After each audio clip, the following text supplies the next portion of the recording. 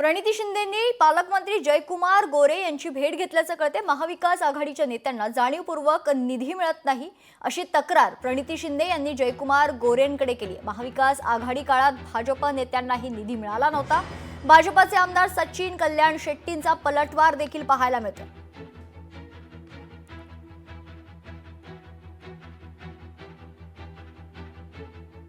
आणि ते on black and white आहे, ऑन रेकॉर्ड आहे। तर कृपया ह्या बाबतीत डीपीडीसी मध्ये तरी आपण संवेदनशील आहात, आपण ते होऊ नका। पैसे कारभार व्हावा आणि जिल्हा नियोजनचे पैसे आहेत, दलित वस्तीचे पैसे आहेत, ते केवळ तुम्ही कुठं पैसे तुम्ही पण आपले आहे ना। आयुक्त आणि प्रशासकांनी पण हे मान्य केलं आहे आणि त्याच्यामध्ये पण खूप मोठी तफावत आता महापालिकेमध्ये एनकॅपच्या निधीमध्ये तफावत होती आणि जाणून बुजून या ठिकाणी विरोधी पक्षाच्या लोकप्रतिनिधींना डावळलेलं दिसून येत आहे। ते डीपीडीसी मध्ये नाही झालं पाहिजे म्हणून आम्ही आज विनंती केली पालकमंत्र्यांना।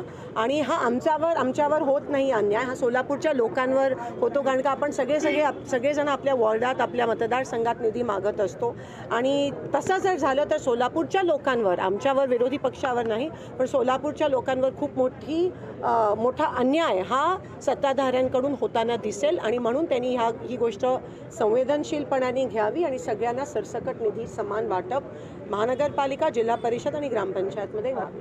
सरसकट सगळ्यांना पारदर्शक पद्धतीने समान निधीचं वाटप करा। आम्ही आमच्या स्वतःसाठी नाही पण सोलापूरच्या लोकांसाठी, नागरिकांसाठी मागत आहोत। आपण कृपया हा अन्याय आमच्यावर नाही पण त्यांच्यावर करू नये। जो अन्याय झाला नाही त्या संदर्भात अन्याय तुम्ही म्हणायचं काही कारण नाही। डीपीडीसीचा निधी वाटपाचं काम चालू आहे, अजून वाटून संपलेला नाही, त्यामुळे आपल्याला अन्याय झाला असं आपण डायरेक्ट म्हणणं चुकीचं आहे।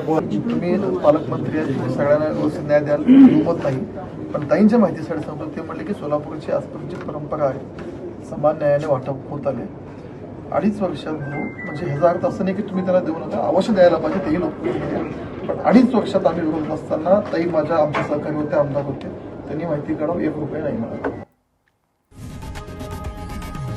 लोकशाही मराठी ऐका, पहा, जागरूक रहा।